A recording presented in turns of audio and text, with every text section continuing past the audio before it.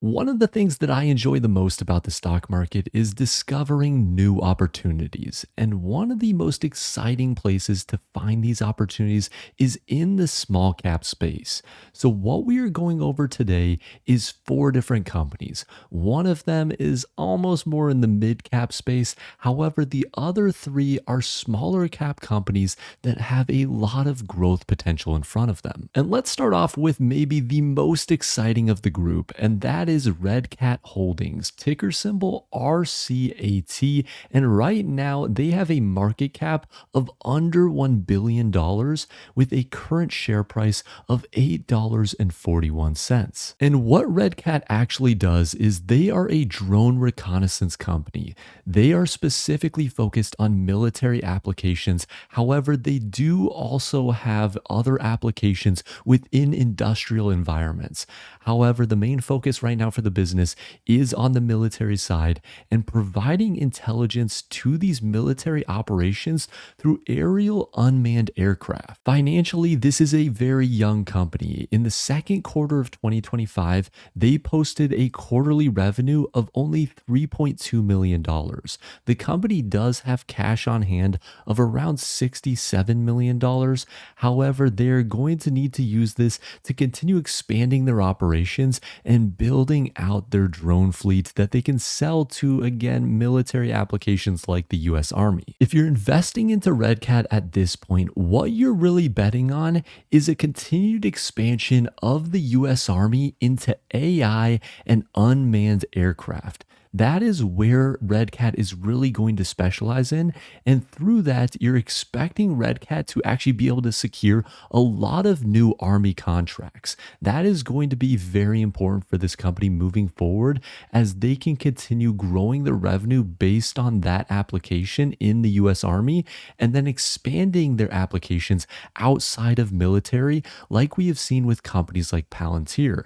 And that leads into the second thing that you could be betting on if you are investing into RedCat, and that is a potential buyout, right? We could see Palantir, if they see RedCat coming into the market, providing a lot of good products, maybe a company like Palantir or Palantir themselves actually looks to buy RedCat and bring them into their operations. So in my opinion, right now, RedCat is not a buy. It's probably a company to put on your watch list and see what happens over the next couple of years, but they need to continue expanding their operations, securing more contracts, and growing the overall metrics of the business for me to really consider buying into this company. Right now, there's just too much speculation on what could happen over the next few years for it to be a buy at this point. But now let's jump into a company that I think could be at a buying price point, and that is Lululemon.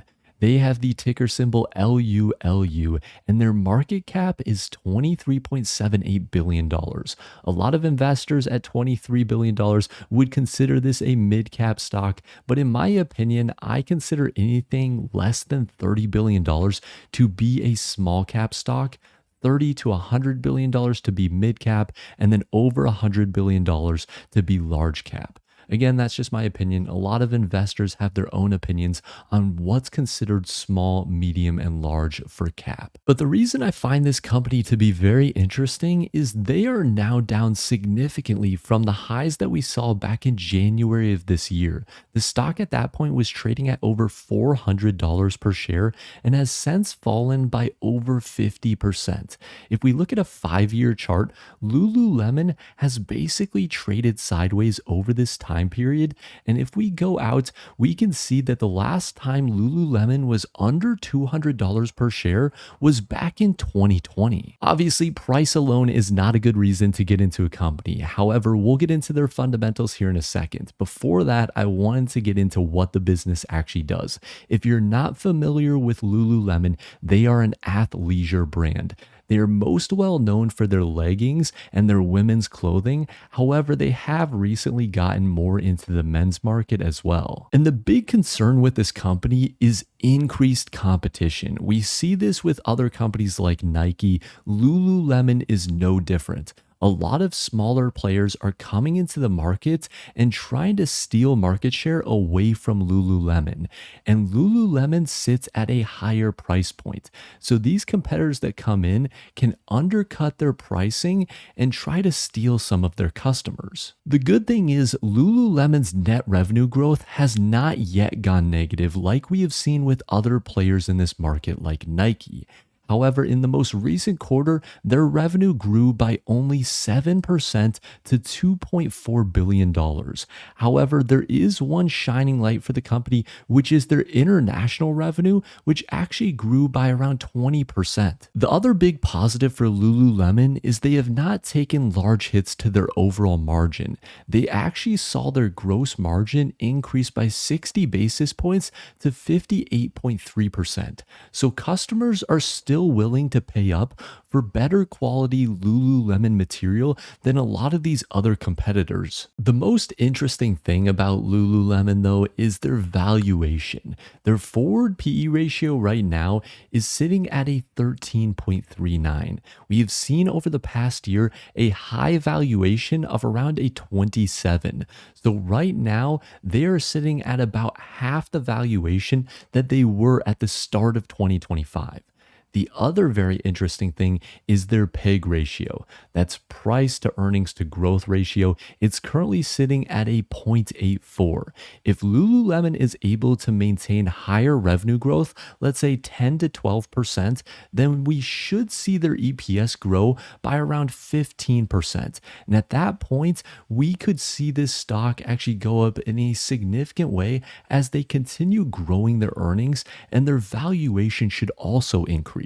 So the big question for Lululemon investors is, where do you expect revenue going over the next few years?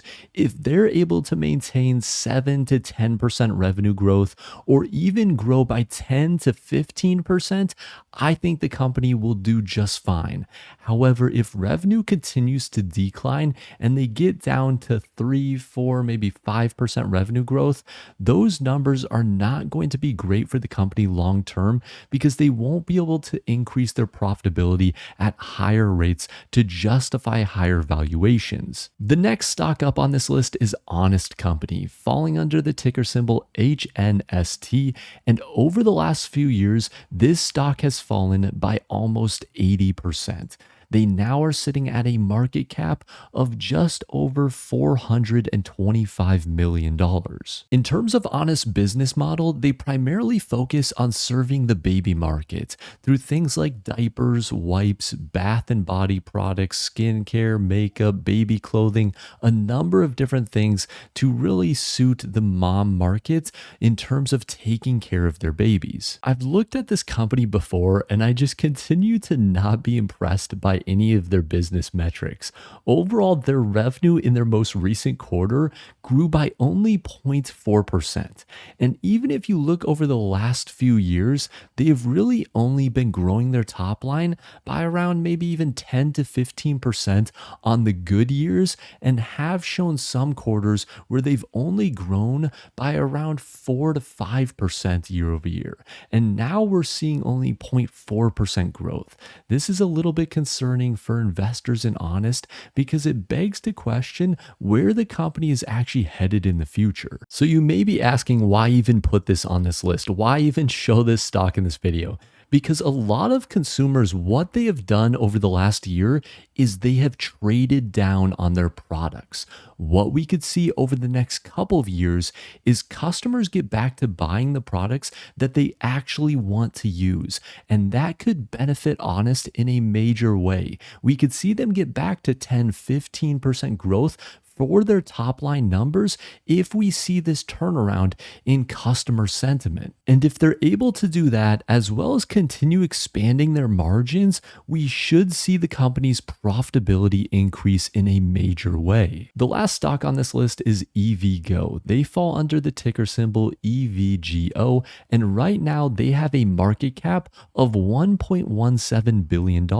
And over the course of the last year, the stock is basically sideways. However, at one point in October of last year, the stock was trading around $9 per share, but from that point till now, it's down by almost 60%. And EVgo is an electric vehicle charging network with over 1,000 charging stations nationwide. What I find very interesting about the EV market is it took almost the reverse approach than what you would expect.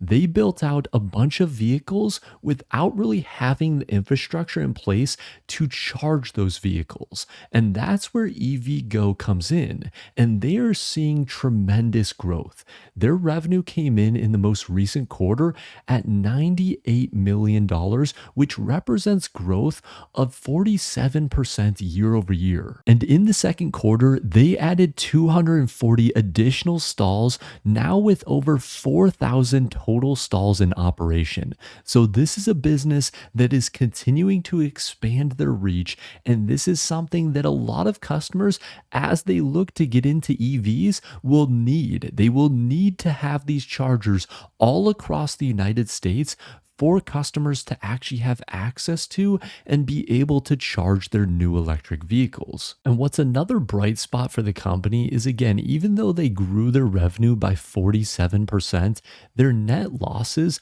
only increased by 1%.